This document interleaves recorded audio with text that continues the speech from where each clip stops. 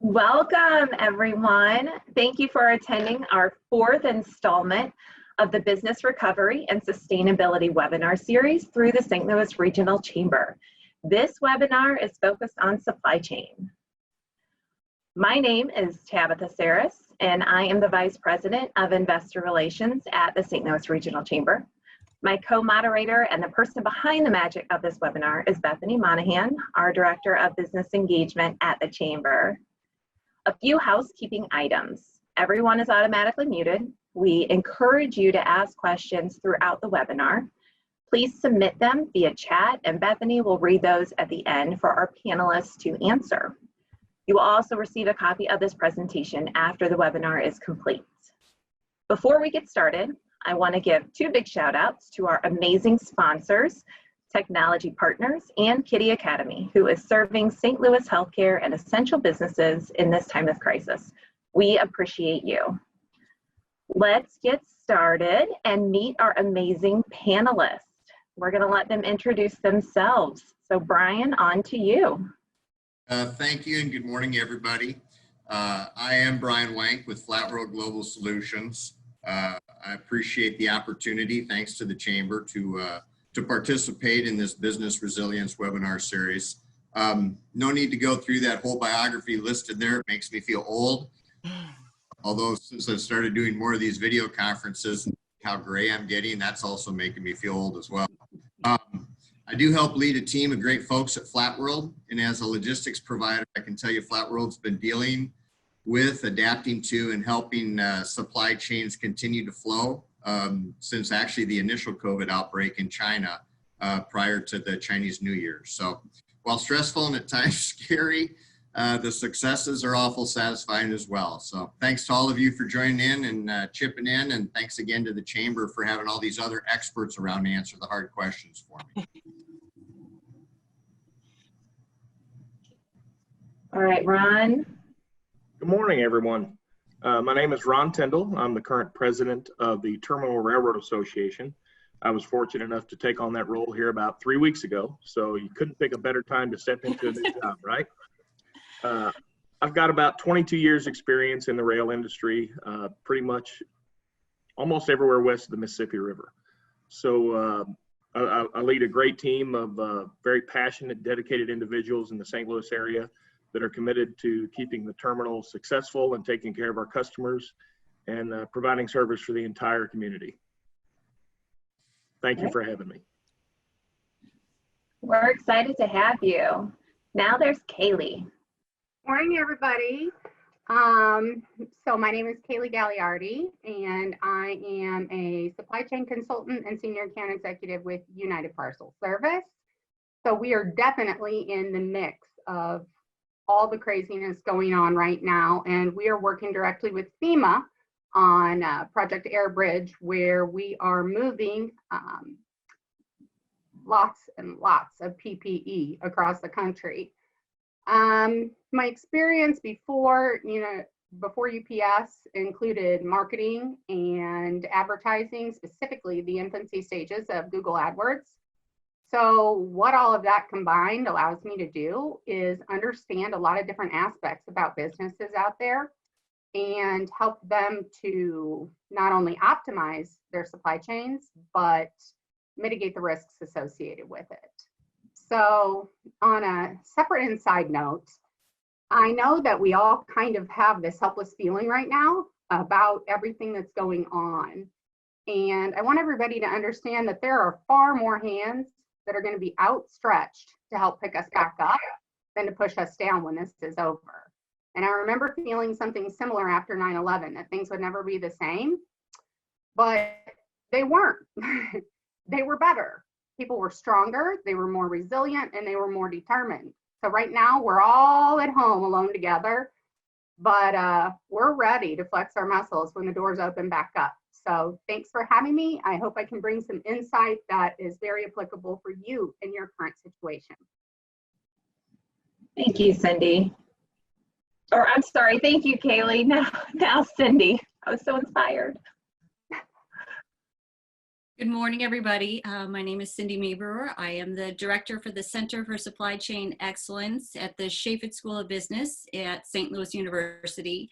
And yes, we all have titles like that.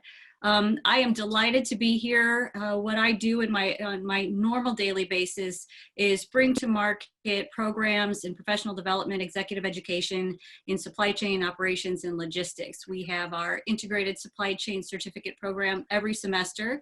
We're wrapping it up as we speak with our spring modules, and we'll launch our fall program, all Zoom, all online, all on time in August.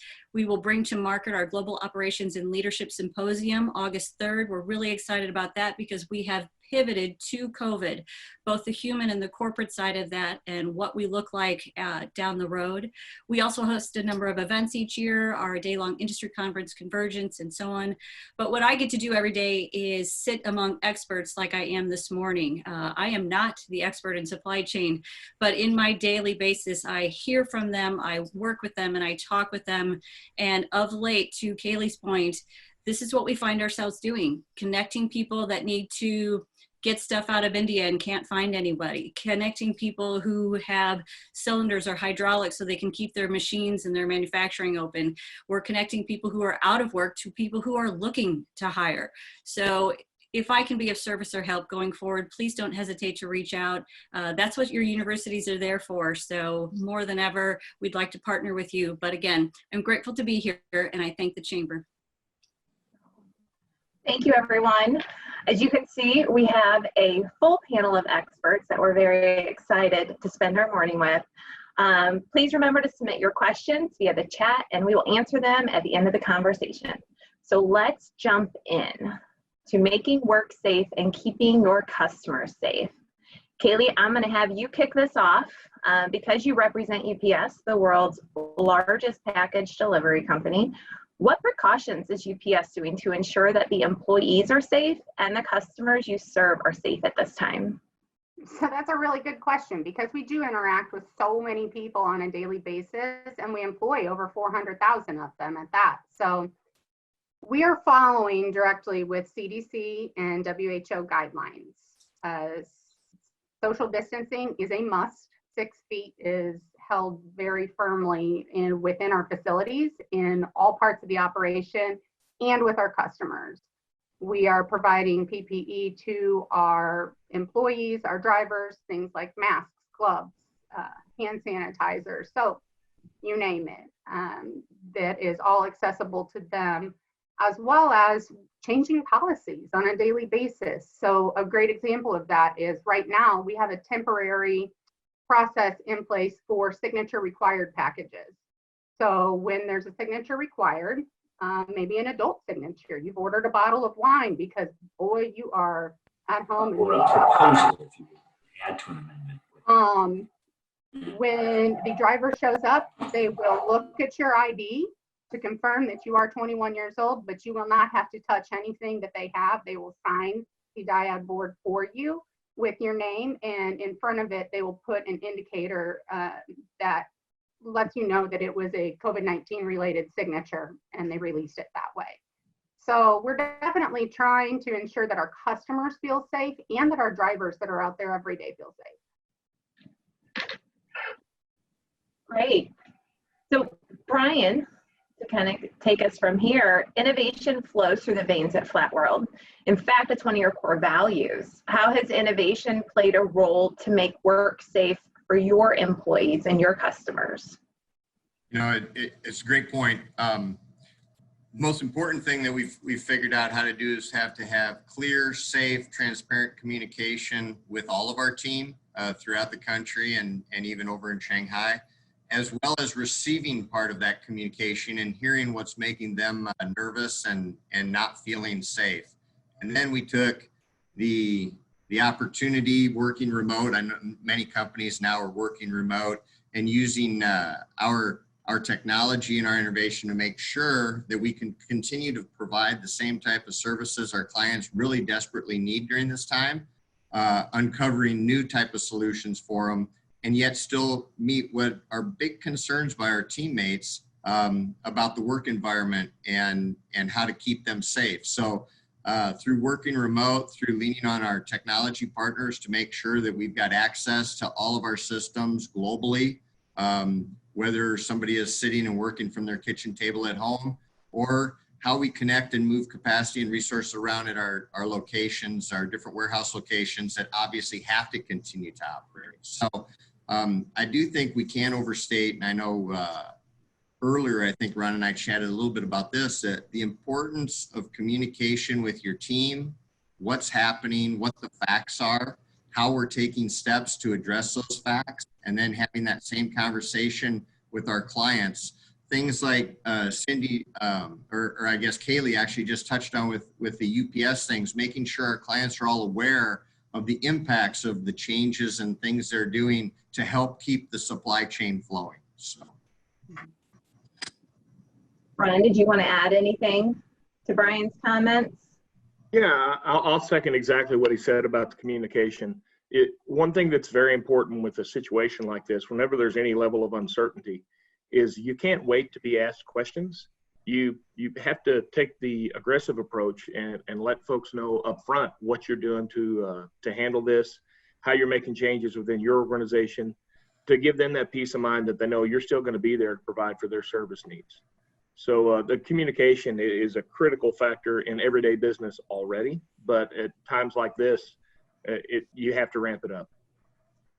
Well, if I could jump in for a second, I've been hearing just in the last week when we're talking about communication, there's a transparency that you don't normally see going on. You have vendors, suppliers, and partners sharing their margins, extending their terms, creating new ways to get the POs taken care of, to get the invoicing taken care of. They're allowing for some past due monies to float a bit because it's in everybody's best interest to keep everyone afloat. And it's one of the good things, if you will, to come out of this is to see that kind of support and communication, even among competitors, because they know most of the time there's enough room for everybody to play in the same sandbox. And to keep everyone up and running is in everybody's best interest. So I'm really, I'm heartened by hearing some of these stories. Now, they don't all work. There's a lot of bankruptcy out there. There's a lot of as you said, Ron, uncertainty. But I think at the end of this, you're going to see a different place, Kaylee, that you touched on. And we're going to like it. We're going to be able to work in it in a much better, safer, and more communicative way. Well, that segues right into our next topic. So thank you, Cindy. So let's talk about communication efforts.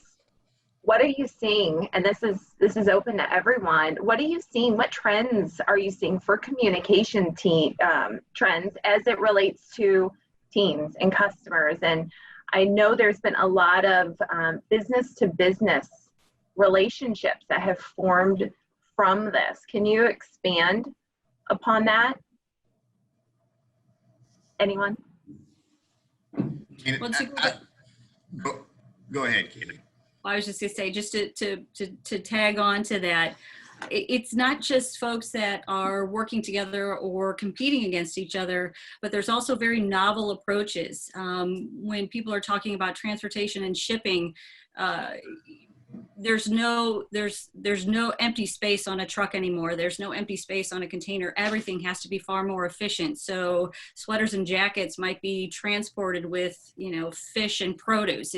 So everybody's being very novel and very unique in how they're trying to get their products and services to market and utilizing partnerships that they may not have thought of before.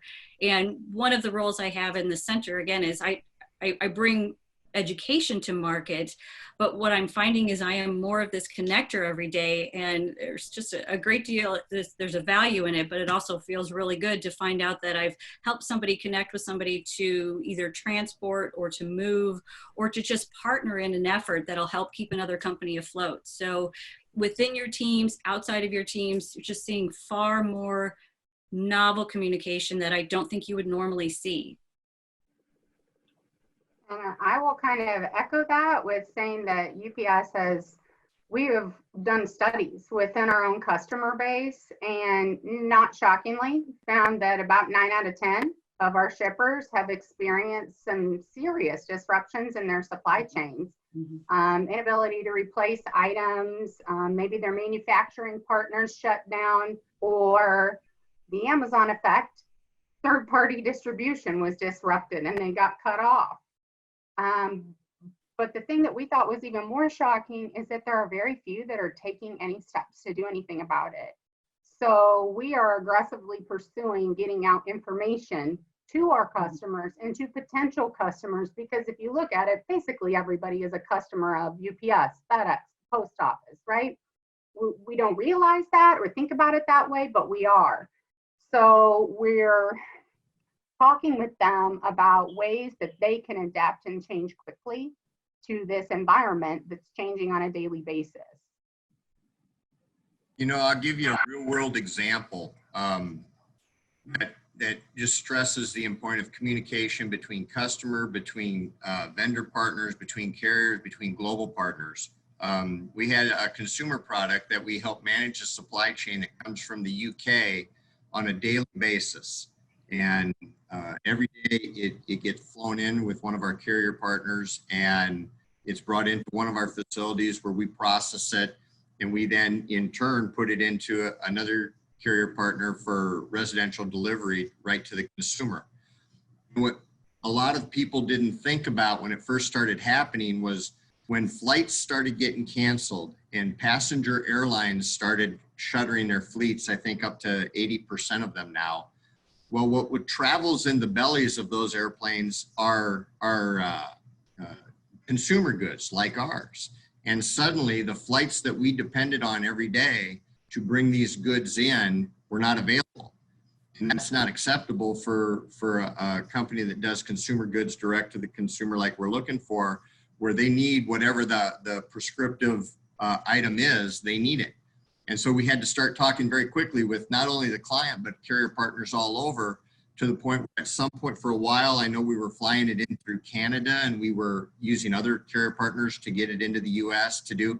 None of that happens if we're not communicating as clearly and transparently between all of those parties on what our options are. And while cost structures were key, the most important thing was coming up with some sort of flexible solution that met the demand and the needs of the consumers. And it all get back to the slide's first point is communication. We had to effort that communication between all those parties and frankly do it really, really quick to make sure we continue to have that supply chain flow.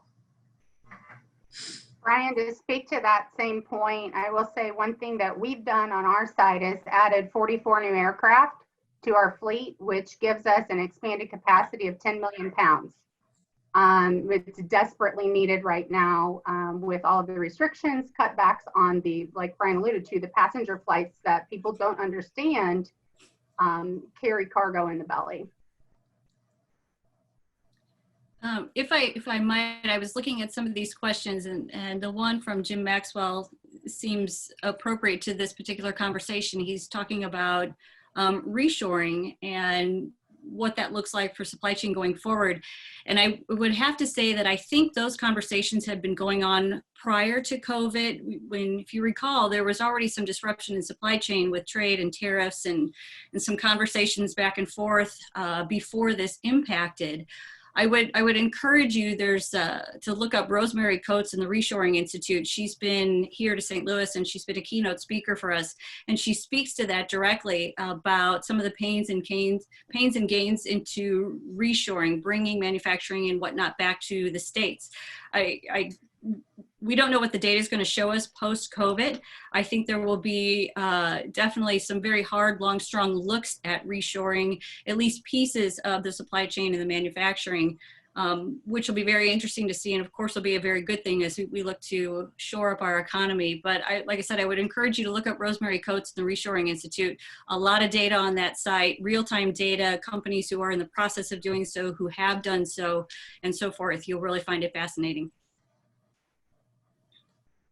So we also had a lot of questions when people registered for this webinar around forecasting ahead. Can any of you share how you're forecasting at this time, if it's even possible, or what forecasting may look like for the future? Ron, I'll start with you since you've been a little quiet. Sure. Good luck, Ron. So forecasting is an interesting thing in this environment. because as soon as you think you have it figured out, something changes, and you really, when we used to do a quarterly forecast, now those are becoming daily forecasts. So you have to be very versatile in an uncertain environment like this and be able to pivot. So forecasting is extremely difficult already, regardless of COVID-19, but with this going on right now, it's made it's just an ever-changing moving target. Somebody touched on the tariff issue. Cindy, I think you touched on the tariff issue. What's interesting is we found is the one thing that you can forecast is that your forecast today likely will not be accurate. And so those supply chains where we support and participate in, many of them are becoming much more flexible just over the last 2-3 years because of the tariff discussions and actual effects of those. I mean, we've seen some of our clients, their production facilities in China, literally, there was one client who in 6 months, they up and loaded that whole facility and they relocated it to another location in Asia. And suddenly the costs and the timelines and the inventory levels all had to be adjusted because of that move.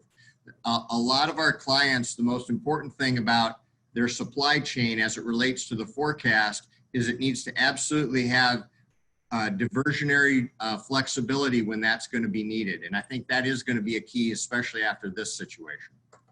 And Brian, I'll second that and say one thing that's really been a very big positive, I think, is things that we used to take for granted. For example, ordering hand sanitizer was never anything I would have worried about at all in my daily job responsibilities. But we've seen the free market really work for us here. And even though we may not be able to get it through our normal channels, we've seen other companies pivot. Like we have a local distillery that's where we get our hand sanitizer for our employees. So it's great to see people be creative and make things work. And even though we can't get it where we did a month ago, we're still able to do what we have to do to stay open and take care of our customers and our employees. And to give Four Hands the shout out there, that's who he's talking about. And their beer is delicious as well. I will say another shift that I do see that could be forecasted is that companies that were traditionally business to business oriented only are going to need to make a shift to where they have some kind of line in their business that is direct to consumer, because there are still going to be some fears out there. This is going to be an ongoing crisis for some time in the future. And if you don't start to diversify what your business is doing, you should think again about it. My second comment on that is that digitization, I've been talking about for years, and some people grasp it almost instantaneously, and other people are more reluctant, right, to grasp onto new technology. But you need full visibility within your supply chain. Need to be looking into the Internet of Things, AI, like I said, visibility, collaboration, transparency, and mostly partnership with your suppliers, your vendors, your logistics providers. You will get a lot further with collaboration like that. Agreed. And it all comes back to communication. So obviously it's difficult, as we can hear, that it's to forecast at this time because everyone is experiencing supply chain disruptions. So I'm going to start this with Kaylee, but can you share some examples? Is there anything that UPS wasn't prepared for, and how did you handle the situation? So UPS is uniquely set up to be able to deal with different fluxes in demand because we have a peak season every year. And during that time, our volume quadruples in a very, very finite period of time. And it's very difficult to even forecast how much so that will be every year. So because everything is integrated and we've been working on it for over 100 years, we were definitely prepared for the unexpected. I sound a bit like Survivor, expect the unexpected. But it's true, UPS is a survivor. And so we are aligned and able to shift in the direction that things have shifted. So historically, a majority of our business, like I had just alluded to, was business to business, high density stops. We have had to shift to a lot of direct to consumer because people are in their homes. But again, we are able to do that through the diversification inside of our own internal network and partnerships that we have. To look at this from a big picture, if you will, supply chain is in every industry. It's if you move goods, services, people, information, money, you have a supply chain. So the Cardinals are experiencing disruption. Think of what it takes to move a baseball team from city to city. Think of what it takes in the arts and entertainment industry. If you're going to move the production of Hamilton to a new theater every week and so on. So everyone is experiencing these disruptions, whether you're healthcare, whether you're finance, whether you're manufacturing, which means we're also experiencing job loss. And this is what's contributing to the economic troubles that we have as well. So when people wonder about the economy and why things sort of tank the way that they do, it's because these disruptions are impacting every industry, including education. So we're all moving something. We're all trying to get a product or a service to someone, and that's been disrupted. But to your point, Kaylee, I think everybody is learning as well. So how do you bring that product or service to market to your consumer? We're all going to have to think about what does that look like in the future. And not only won't it look like it did before, but I don't think it should look like it did before, because this is not, unfortunately, going to be a one-time endeavor. This is how we become resilient, how we can be ready for the next disruption so we can pivot much more quickly as a united front. Love that. So let's talk about getting it done. Brian, can you talk a little bit about stabilizing the supply chain and mitigating supply shock? Well, I could. You know, it's interesting, for whatever reason, toilet paper has become the topic du jour at the start of this, at this crisis. And it's interesting, I think nobody really thought we were ever going to run out of toilet paper. But what happens in a supply chain is, one of my good friends always describes a supply chain as a flowing river.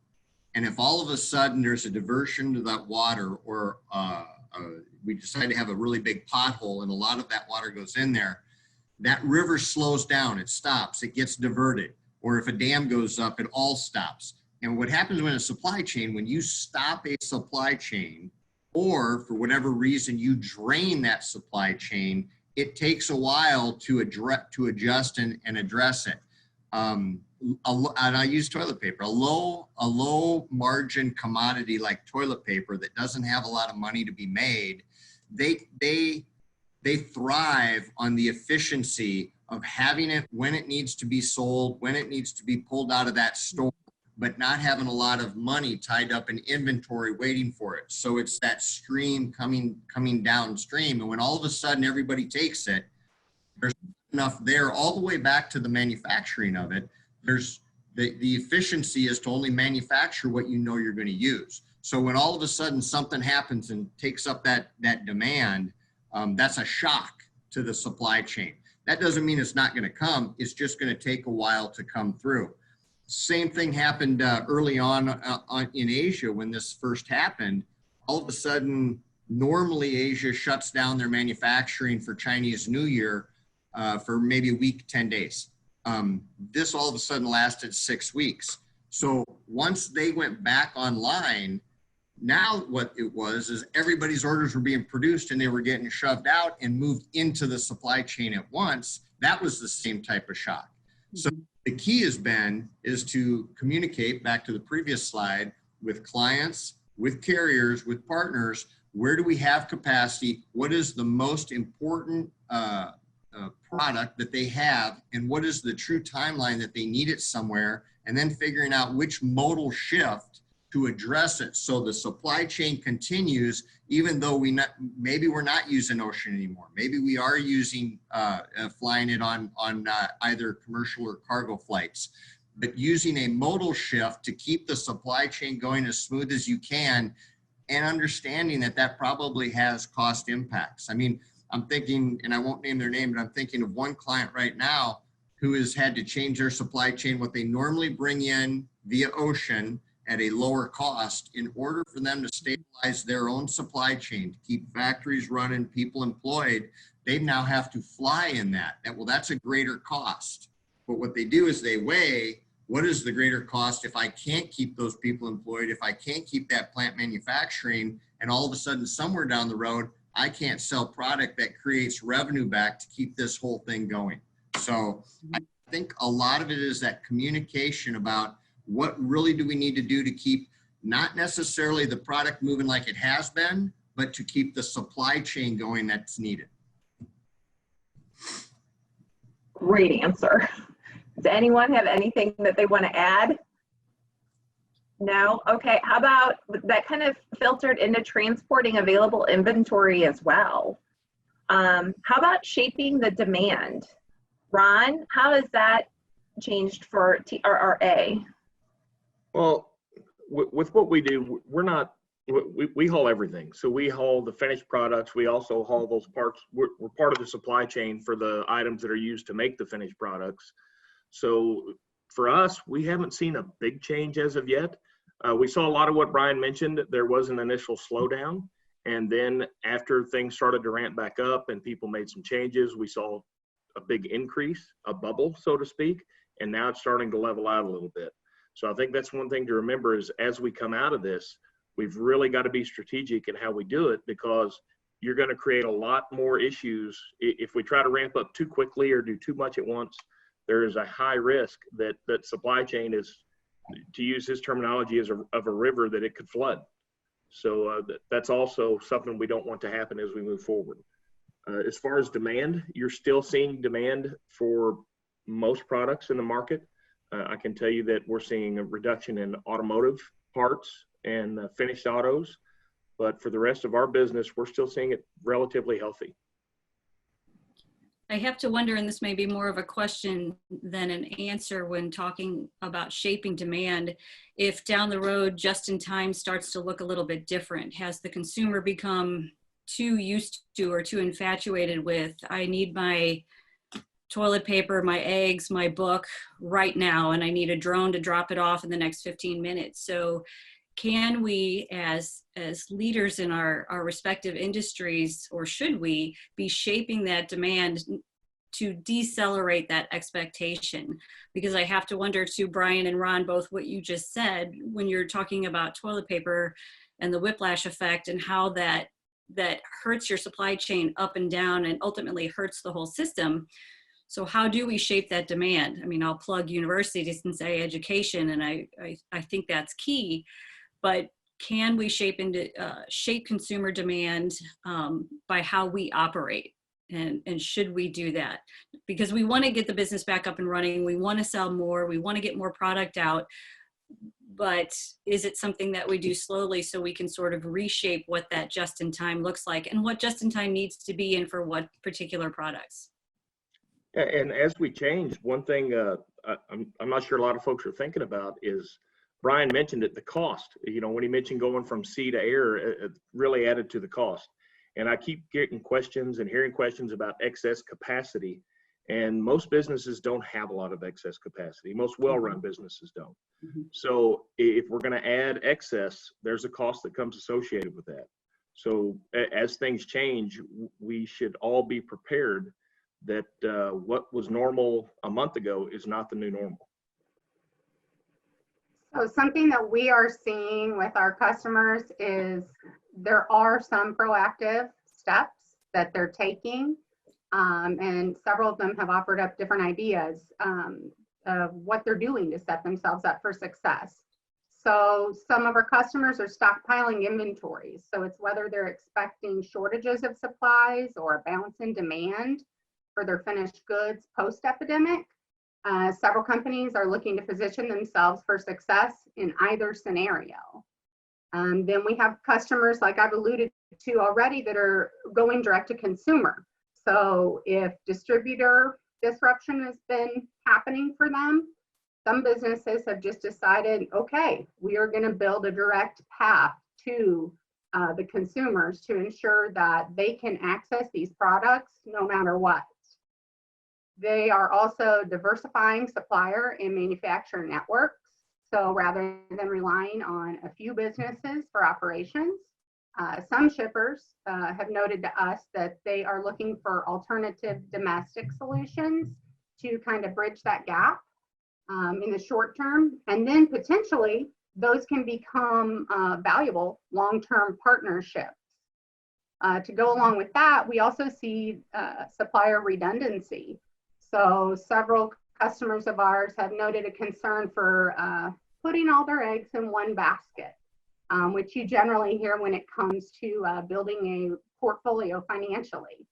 But they're worried that their regular trusted partners are going to falter and they're going to be left with no one.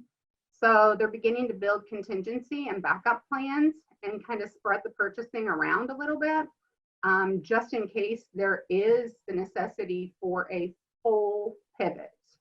And then the same thing how you had said about 4 hands with the hand sanitizer, in lieu of being able to be open right now. People are looking to come up with new product categories and find new customer bases. Along the hand sanitizer line, there is a company out of Springfield, Missouri that sells wholesale distributor of hair care. They obviously cannot sell to salons right now, right? Because it's mandatory, they're closed. So what they've done is they started creating and distributing hand sanitizer, and they've been able to help other companies who weren't able to get it and also keep themselves in business at the same time. So you're going to see a lot of things like that going on, and I think that's going to continue. I think that people should not stop that. I think that you should always continue, like I said with Survivor, expect the unexpected and move forward that way. You bring up a great point, and a lot of these companies that have pivoted are going to have to pivot again in the near future as things continue to change, because you have the risk of overproduction. So the market is going to continue to change. So the ability to be agile has never been more important than it is right now. I love it. Okay, so let's move on to planning, because this segues into our next topic. So it's essential at this time in the supply chain industry, and we've had a lot of questions during registration that talked about planning for the next phase. So I have 4 questions that are very specific to each of you, and I'm going to start with Brian. And the question is, should we expect a TL and LTL capacity issue once factories go back to work? And you may want to explain what TL and LTL mean for those who aren't familiar. I am seeing a trend where whenever we start with the questions, you do start with me, I'm noticing. So first of all, both of those terms reference primarily domestic transportation. LTL is less than truckload transportation, which is the combination of smaller shipments, but yet not parcel shipments, combining those and moving those through some sort of network for ultimate delivery to a business, usually a business. And then TL stands for obviously truckload, maybe not so obviously, but truckload transportation. So I don't think there is going to be a capacity constraint, but I'm one guy, I'm one man's opinion. What usually we have seen is a tremendous fluctuation in rates, in cost, as different parts of the market, different areas of the country, geographically or industry specific, tend to suddenly have those balloons we talked about in the supply chain, and we use up a lot of that capacity. So I think there's going to be plenty of capacity. I think right now I've heard that the LTL carrier networks, and Kaylee can obviously speak probably to the UPS one in particular, but they have plenty of capacity. They're operating under capacity right now because of the economic downturn from this. That will shift, as Ron alluded to, that once the economic faucet is turned on, what I anticipate will not be just all the way, but it will be a little at a time throughout the nation. We will use up more of that capacity, but I don't think capacity is going to be a problem. Scheduling, the timing, if we can live with the same timelines we've had in the past, that will change. I can tell you that globally that changed after this outbreak in Asia. There were starting to be more ships that were not making their stops, their stops at port because there was not cargo to pick up. Well, that ship didn't come around again to that port for another 14, 18 days. So timing could change, but I don't think there's going to be a crunch on capacity. The one caveat that I will throw at you, and then maybe toss it to somebody else, the last slide, the last bullet was about liquidity and financial liquidity. There is always a time during an economic downturn that those organizations and those networks and those companies who are not as strong financially tend to have that bubble up. And that would be a problem with capacity if all of a sudden we started to see in the transportation sector a tremendous amount of financial strain and putting what could be liquidity issues at the forefront for some of the carriers. Right now, I'm not seeing that. So that's my answer to that. Great answer. Unless somebody has something they want to tag on to that, then what I would tag on, it goes back to, we talked about data earlier. When you're talking about planning for the next phase, whether it's forecasting your warehouse and inventory demand planning, data is going to be key, and a lot of companies aren't going to have the capacity to take the time to really review the data, which is changing and growing every day.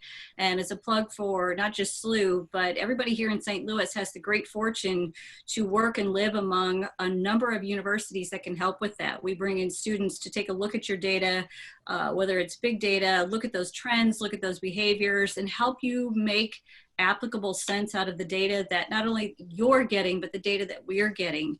And now more than ever, I think companies big and small are going to need to look outside of themselves for resources such as this. So whether you're working with SLU or WashU or UMSL or Rankin, there's a number of people, the World Trade Center, for example, CSCMP, Apex ISM, we have all of these really great organizations right here in our bi-state region, including the St. Louis Regional Chamber, that will help you find these partners to help you move to this next step, to help create that agility. And I will say that I do think these partnerships, but the data analysis will be really integral in making some very wise and innovative choices going forward for all industries. Cindy, that was a perfect answer, because the question for you was who is capturing the economic impact of the supply chain disruption to the region? Well, that's what universities, faculty, our research groups, I don't want to say that's what they live for, but that's what they do. And it's what we're good at. And we like to share these things. This isn't something that universities want to just capture data and look at it, because we're not Ed Jones. We're not Worldwide Tech. We're not Emerson. We don't want to keep the data. We want to share it with you. And a lot of times these projects with students are the best way for companies to extrapolate the information they need to make those plans going forward. So we're here to help. That is our mission. That's what we want to do. So reach out, and I always say start with your centers for supply chain, because supply chain is in every industry. We'll find you the partners you need. We'll find you the students that can do the work for you, both inside our campuses and outside. Appreciate that. Kaylee, I have a question for you. Amazon is for you. You're muted though, so you have to unmute. Hold on. I'm back. There you are. Amazon's a large client at UPS. How have they been able to adjust the increased demand, and what is their plan to continue to meet the ever-growing e-commerce vertical? So it's no secret that Amazon is UPS's largest customer. They make up, according to 2019 data, about 10% of our volume in our networks. The partnership is symbiotic though. They rely on us and we rely on them heavily in order to expand both businesses so that we can continue to develop it around this direct-to-consumer model. We anticipate that it is going to continue to go up as it's the largest marketplace in the world. However, there are some issues going on right now. So Amazon had to suspend back some of their fulfilled by Amazon orders. And what that means, FBA, is when you take a pallet of product A and you ship it into an Amazon warehouse, and then Amazon pick, packs, and ships it out for you. People who were operating under that model, if they weren't selling essential goods, suddenly were stuck with nothing to do with them. So you would move to a seller fulfilled model. There's various ways that UPS can help customers do that, whether they want to warehouse them themselves or whether they want us to warehouse with one of our partner or affiliates. That is definitely something that we are actively doing right now. And right now they are, I can also say that there's still some disruption with Amazon and being able to do FBA. They did open back up to being allowing non-essential goods to come in, but it's in limited quantities. So customers who were not already set up to do seller fulfilled prime, they are seeing the biggest impact and having to figure out how to pivot to sell their goods. When there's going to be some relief from that, we're not really sure.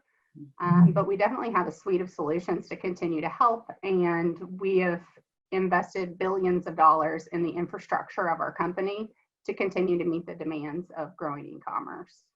You know, Kaylee is exactly right about that. We participate in a fair amount of that FBA as well, and that gets back to one of the original slides about communications, and it was so important because many of those sellers on Amazon did not have a flexible plan if in fact the shipment that has been moving through the supply chain suddenly gets to the Amazon spot where they anticipate it would be, and Amazon said no mas, only essential goods. And so we don't, Flat World doesn't have the billions of dollars to invest in those type of solutions, but we have been helping through communication, pivoting, and which seems to be the key word on this call, but helping customers and clients pivot, and we're putting those products into some of our brick and mortar locations throughout the country, and then releasing them as Amazon will take them, as well as then partnering with carrier partners like that to figure out different ways to get them into the marketplace. Because keep in mind, every one of those sellers, they're depending on a revenue stream as well, whether it's their own paycheck or employees that they have. That revenue stream stopped when Amazon stopped stocking their product. So we need to help them figure out different ways to continue their financial well-being through this crisis as well.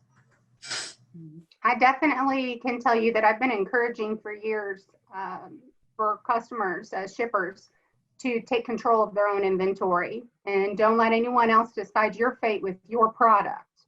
You need to determine that outcome.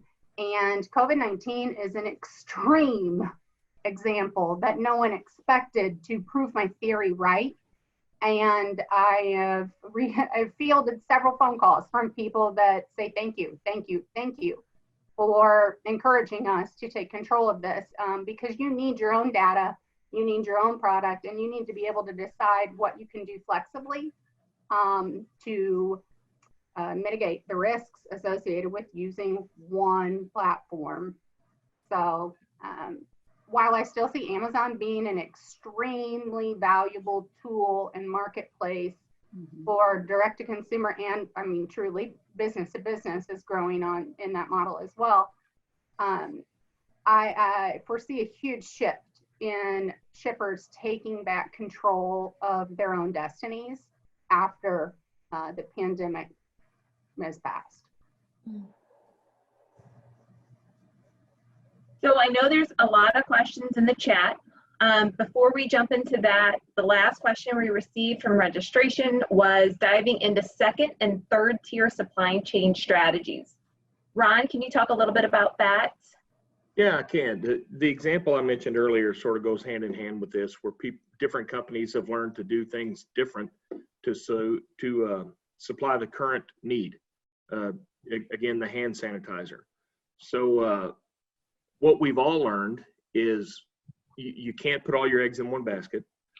She's exactly right. That's a great example. But we're also seeing that there are so many companies with smart, creative people that are stepping up to provide at a time when normally they wouldn't have been a player in this game. So I think that landscape is going to change a lot moving forward. And even though we may not get our stuff from the same place we did before, I still think everything is still going to be readily available. The timing is going to be a little different, but we're seeing already smaller players really having a big impact in the supply chain.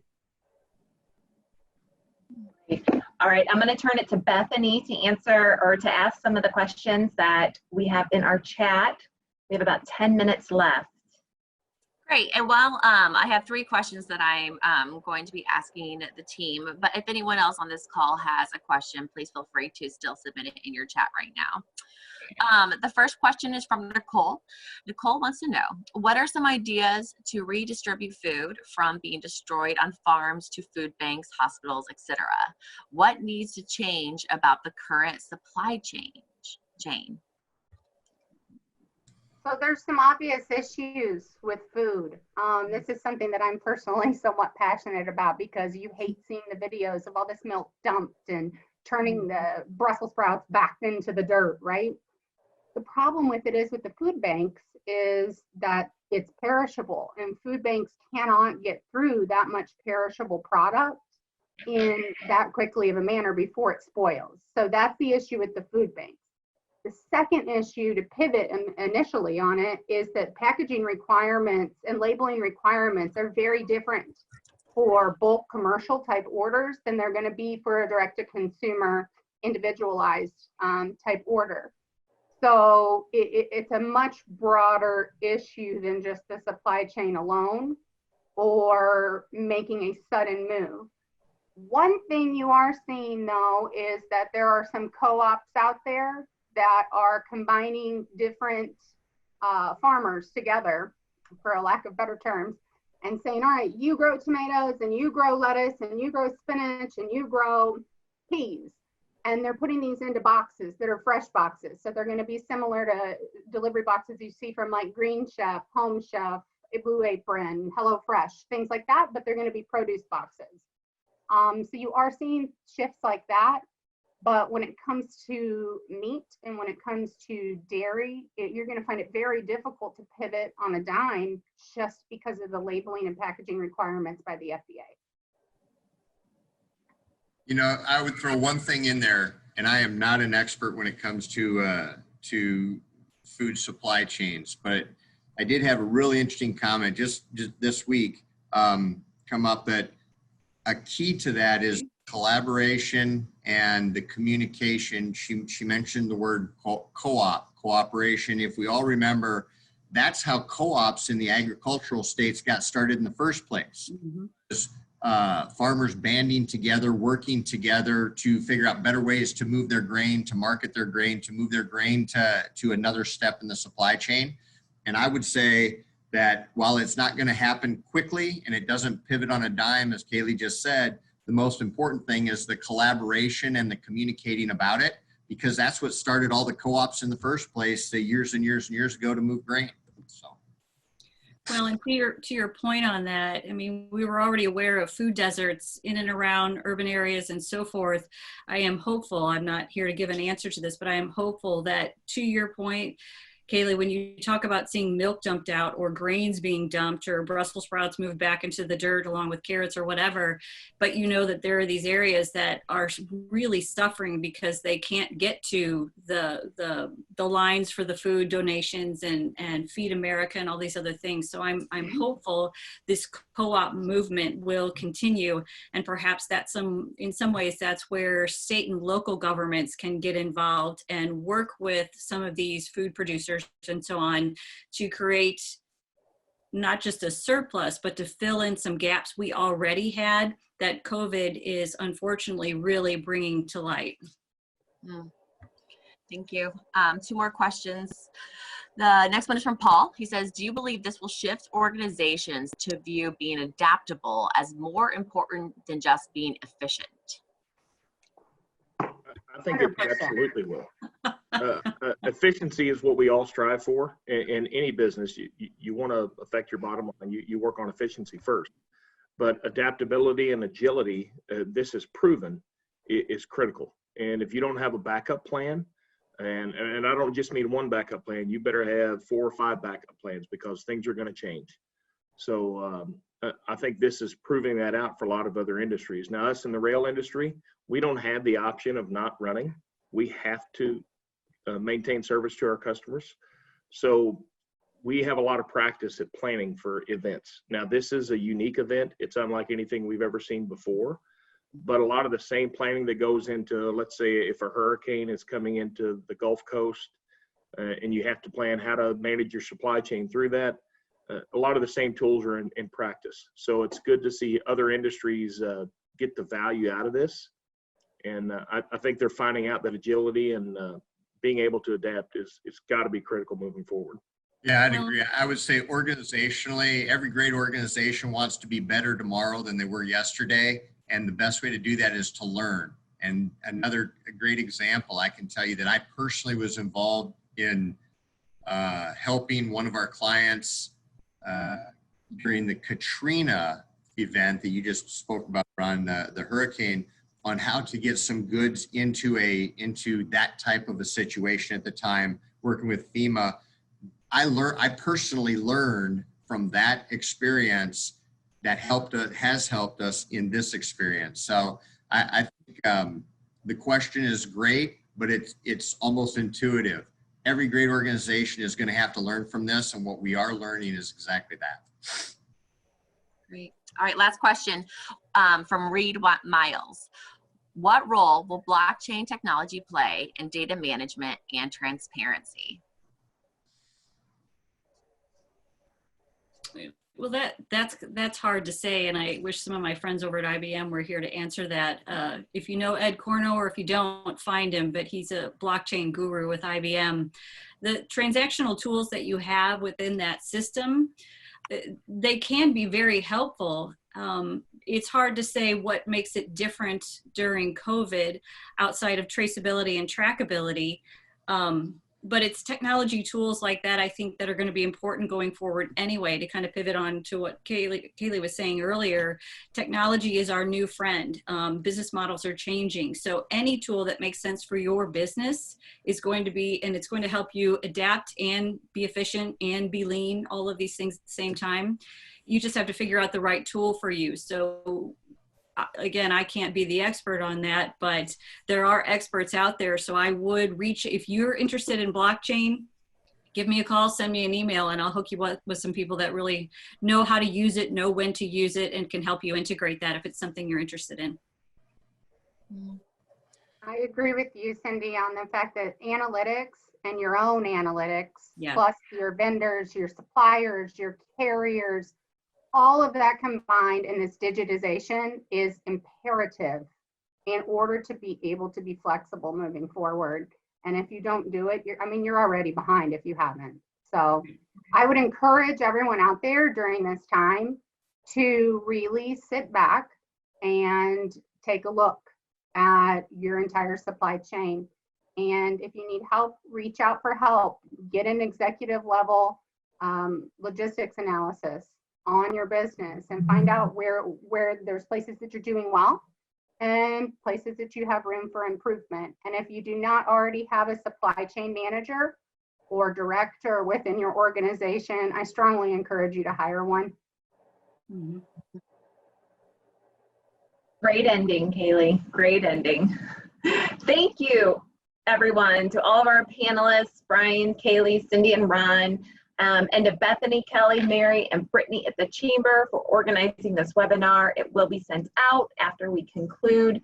A big thank you to our sponsors, Technology Partners, and Kitty Academy, who is serving St. Louis healthcare and essential businesses at this time of crisis. We hope you can join us on Tuesday at 10 a.m. for a policy briefing, and next Thursday at 10 a.m. for our next webinar on employment considerations.